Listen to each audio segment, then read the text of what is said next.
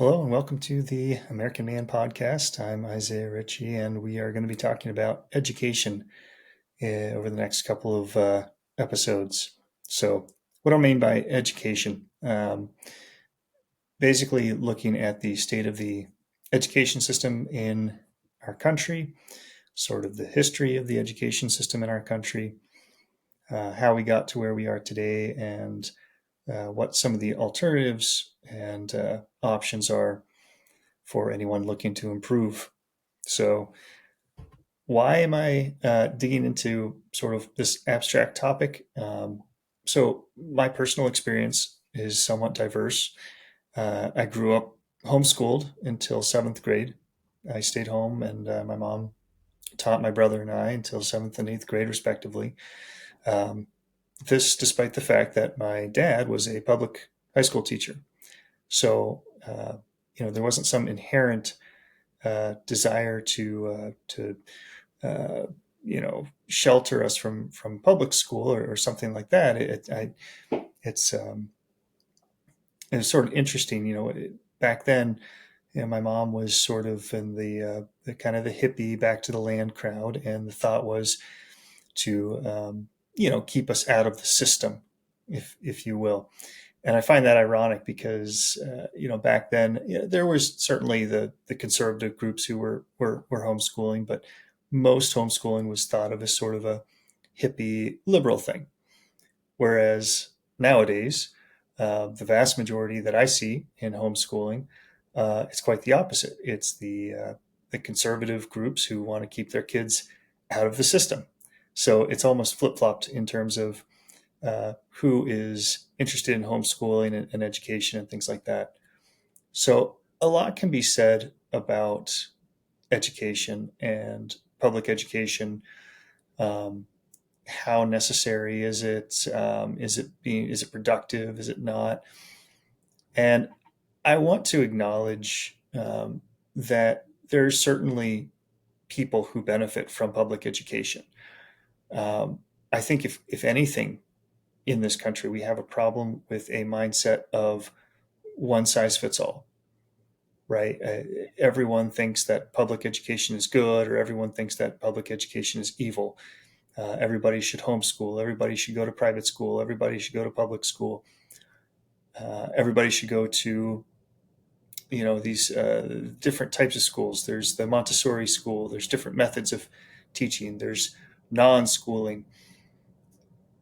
Humans are a diverse group of people. If you haven't realized that by now, you're just not looking.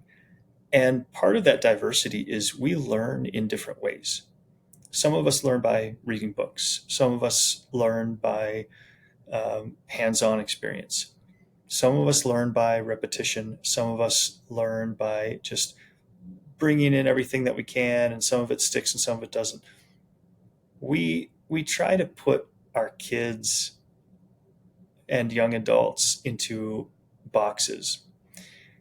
And I think we would be much better served as a society if we paid more attention to the particularized needs of individual students and gave them the opportunities to learn in the environment that best suits them. I understand there are practical hurdles to that, and I understand that I'm probably being a little idealistic because it would be difficult to have a public school in the inner city with you know thousands of students, and some of them need hands-on learning, some of them need book learning, some of them need more one-on-one time, some of them just need to be left alone and let to do their own thing. um, but I think another problem we have is we are trying to force too many subjects in too broad of areas um, onto people. Um, I often hear, oh yeah, 100 years ago, kids could write, cursive and do essays and break down punctuation and things like that much better than today. And that's probably true, at least the ones who were in school. Um, but they didn't have to know anything about how computers worked or science or the science that they learned was a much higher scope compared to what we learn today. So it's not that children today lack the capacity. It's not that um, they aren't as intelligent. We're just trying to cram more stuff into them, and we can't get into as much depth. And I do question whether or not we really should be trying to, you know, shove so much of a spectrum into them. Uh, you know, I understand that there are some people who graduate and need to know what the mitochondrion does in a cell, but 95 to 99% of us don't. I understand that there are people who will graduate and go on to use, you know, calculus. A lot of us won't. And the problem is we're getting out of school and we know that the mitochondrion is the um, powerhouse of the cell, and we know that a squared plus b squared equals c squared. Um, and we know what a Punnett square is, and we know how to work out whether or not a kid's going to have red hair based on his parents. But we don't know how to balance a checkbook. Um, we don't know basics of uh, you know, vehicle mechanics, small engines. We don't know basics about preparing healthy foods for ourselves. We don't know basics about um, manners and common courtesies and things like that. So what we're teaching, I understand, is a supposed foundation for later learning in life, but too many kids are then sort of forced or pressured to go on to higher education at a great cost, not just on them but on our society, um, subsidized by taxpayers. And I'm sorry, but we don't need a class of 2,000 communications majors at our state university who are going to drop out after 2 years with mountains of student debt and absolutely nothing learned. And the vast majority of those children went to college because that's what the guidance counselor or their parents or society told them they had to do to be successful. And so, first of all, I think that stigma is needs to go. Uh, Second of all, I think hands-on training needs to come back because you learn so much more on the job. Now, I understand that education can give you a foundation for on the job training, and that it's more likely that you'll understand, if you have that foundation in place. But there's so many things that you learn so much faster and so much better once you're actually in a job. I was in a class in college, and there was a student there who was twice my age. And the only reason he was in the class, he was a computer programmer. He worked for a company, and he was very good at his job, very good at programming. He ruined the curve for the rest of us. And the only reason he said he was in this class was because he could not get a promotion without a college degree. So, what does that say? We value a piece of paper over uh, subjective and objective ability, right? Someone who's very good at their job, but they don't have a piece of paper, we should still promote that person. And that's a problem in our society. And like I said, we also have a problem with pushing people to higher education and saying you're going to be, a disappointment if you don't do this, or you are going to lose out on your potential, or you are never going to make anything of yourself if you don't go to college, that type of thing. So that's why I wanted to dig into this topic. I've gone through a lot of education myself. Um, and the more education I've received, the less regard I hold for those who have higher education. Uh, you know, the doctors, the lawyers, the accountants, they're just as smart as any other guy off the street. Um, it's whether or not they're a hard worker, whether or not they're dedicated. And frankly, to get through those programs, it's because they were interested in that type of work, not because other people, they were smarter or, better than other people. Some people don't like to read law books. Some people do. So the people who do, they can become lawyers. The people who don't, they're not going to go through law school. That's just, how it is. And so I think as a society, we'd be much better off, much more efficient as well, if we stopped playing games and stopped pretending that everyone needs to get this higher education, and allowed instead people to focus on the things that were, truly not, you know, interested to them, and things that they were good at, things that they can excel in, and get them on the job training. So, I just briefly I want to touch on the, sort of the history of education in the United States. Um, we didn't public school was not really a thing until early 1650s, when the very first schools started in the United States, and then charters as states were formed.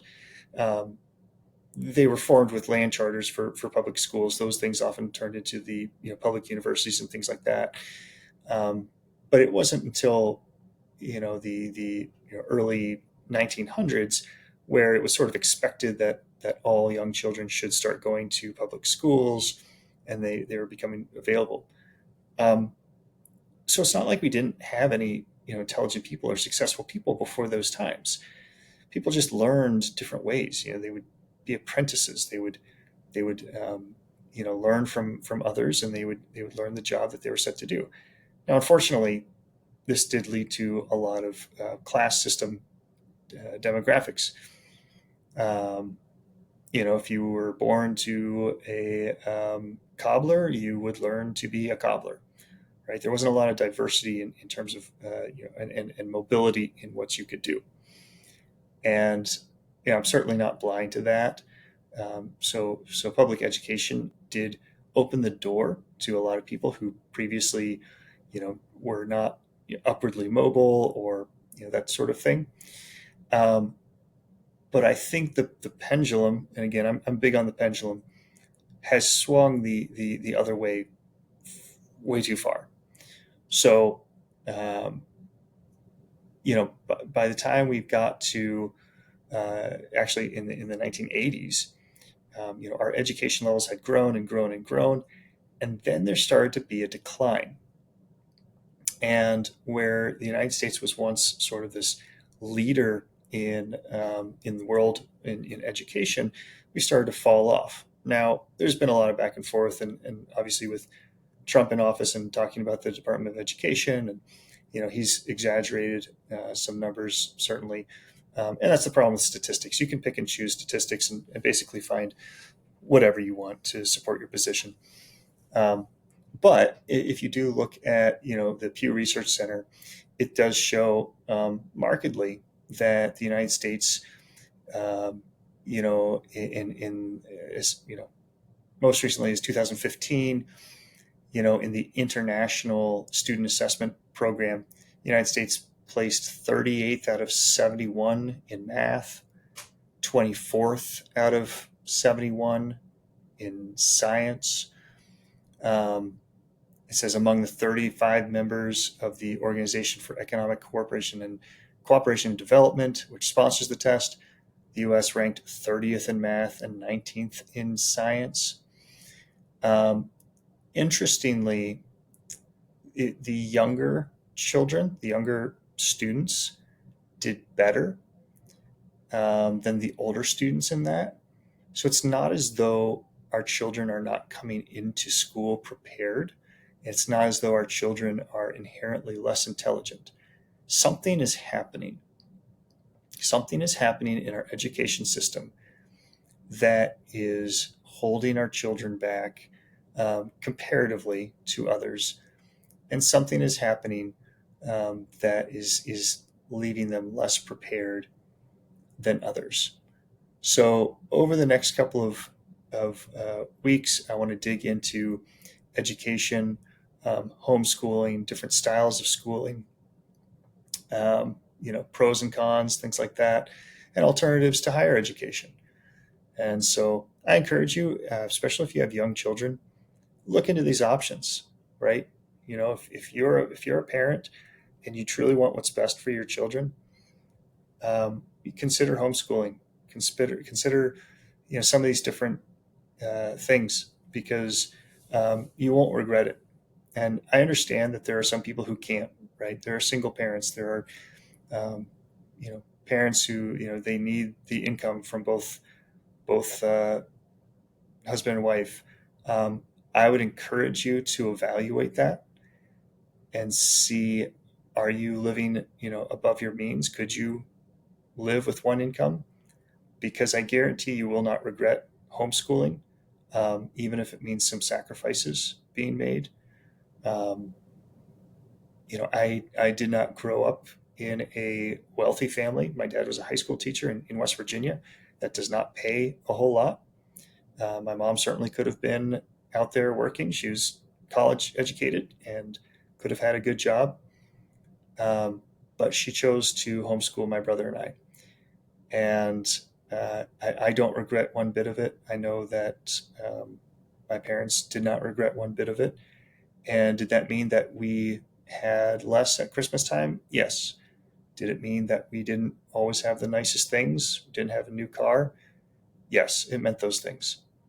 Um, but I think in the long run, we're much better off, much closer as a family.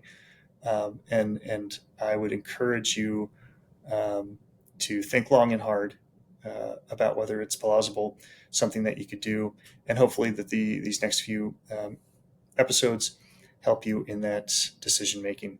So, looking forward to digging into this. I hope you dig into it as well, and hopefully you come up with some good conclusions of yourself.